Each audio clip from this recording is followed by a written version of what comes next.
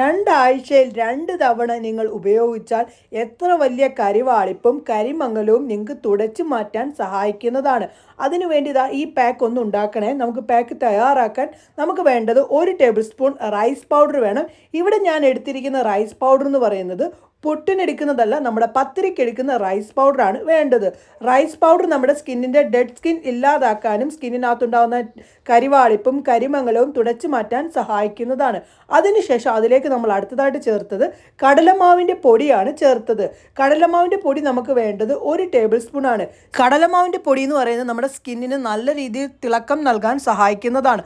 അതിനുശേഷം അടുത്തതായിട്ട് ചേർത്തത് നമ്മുടെ മുൾട്ടാണി മിട്ടി പൗഡറാണ്. അത് 1 ടേബിൾ സ്പൂൺ ആണ് ഞാൻ ചേർത്തേക്കുന്നത്. അത് ചേർത്ത് പൊടികളൊക്കെ ഒന്ന് മിക്സ് ആക്കിയതിന് ശേഷം ഇനി ഇതിലേക്ക് 1/2 ടേബിൾ സ്പൂൺ നമ്മുടെ ചന്ദനത്തിൻ്റെ പൊടിയും കൂടിയാണ് ചേർത്തത്. അങ്ങനെ പൊടികളൊക്കെ ഞാൻ മിക്സ് ആക്കി വെച്ചിട്ടുണ്ട്. ഇനി ഇതിലേക്ക് ഞാൻ അടുത്തതായിട്ട് ചേർക്കാൻ പോകുന്ന വേറൊരു കാര്യം എന്ന് പറയുന്നത് കസ്തൂരി മഞ്ഞൾ പൗഡറാണ്. കസ്തൂരി മഞ്ഞൾ പൗഡർ നമ്മുടെ സ്കിന്നിന് വളരെ നല്ലതാണ്. കസ്തൂരി മഞ്ഞൾ പൊടി അലർജി ആണെങ്കിൽ നിങ്ങൾ അത് ഒഴിവാക്കാവുന്നതാണ്.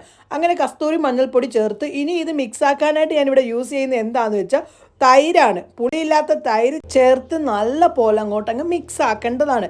ഇത് നിങ്ങൾ ഡെയിലി ഉപയോഗിക്കണമെന്നില്ല. 2 ആഴ്ച 2 തവണ നിങ്ങൾ ഉപയോഗിച്ചാൽ മതി. നിങ്ങളുടെ സ്കിന്നിന് നല്ല പോലെ മാറ്റം നേടാൻ ഈ ഒരു പാക്കിൽ നിന്ന് സാധിക്കുന്നതാണ്.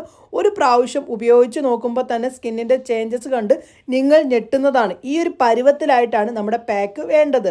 ഇവിടെ ഞാൻ ഇട്ടിട്ടുള്ള ആ ഒരു ചേഞ്ചസ് ഒക്കെ ഞാൻ നിങ്ങളെ കാണിക്കാം. ഇത് ബാക്കി വരുന്നത് നിങ്ങൾ ഫ്രിഡ്ജിൽ സ്റ്റോർ ചെയ്താൽ മതി. പിന്നീടും നിങ്ങൾക്ക് ഉപയോഗിക്കാൻ സാധിക്കുന്നതാണ്.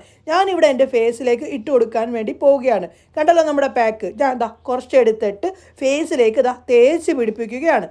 നമ്മൾ തേച്ച് പിടിപ്പിക്കുന്ന സമയത്ത് കുറച്ച് 1 മിനിറ്റ് മസാജ് ചെയ്യുകയാണെങ്കിൽ അത് നമ്മുടെ ഡെഡ് സ്കിന്നൊക്കെ പോകാൻ പെട്ടെന്ന് സാധിക്കും. അതായത് നമ്മുടെ കോശങ്ങളിലേക്ക് നല്ല പോലെ ഇറങ്ങി ചെന്നിട്ട് സ്കിന്നിന് മാറ്റം നേടാൻ സാധിക്കുന്നതാണ്. അങ്ങനെ ഇട്ട് കൊടുത്തിട്ടുണ്ട്. ഇനി ഉണങ്ങാൻ വേണ്ടി നമുക്കൊരു 3 മിനിറ്റ് വെയിറ്റ് ചെയ്യാം. അങ്ങനെ ഉണങ്ങി പിടിച്ചതിന് ശേഷം ഞാൻ തുടയ്ക്കാൻ പോവുകയാണ്. കുറച്ച് വെള്ളമൊക്കെ ഒന്ന് തളിച്ച് മുഖത്ത് നിന്ന് ഒന്ന് സ്ക്രബ് ചെയ്തിട്ടാണ് ഞാൻ തുടച്ചു മാറ്റുന്നത്. റിസൾട്ട് കണ്ടോ? കൈയും മുഖവും തമ്മിലുള്ള വ്യത്യാസം കണ്ടോ? എന്തായാലും ട്രൈ ചെയ്തിട്ട് അതിൻ്റെ റിസൾട്ട് വന്ന് എന്നോട് പറയാൻ മറക്കരുത്.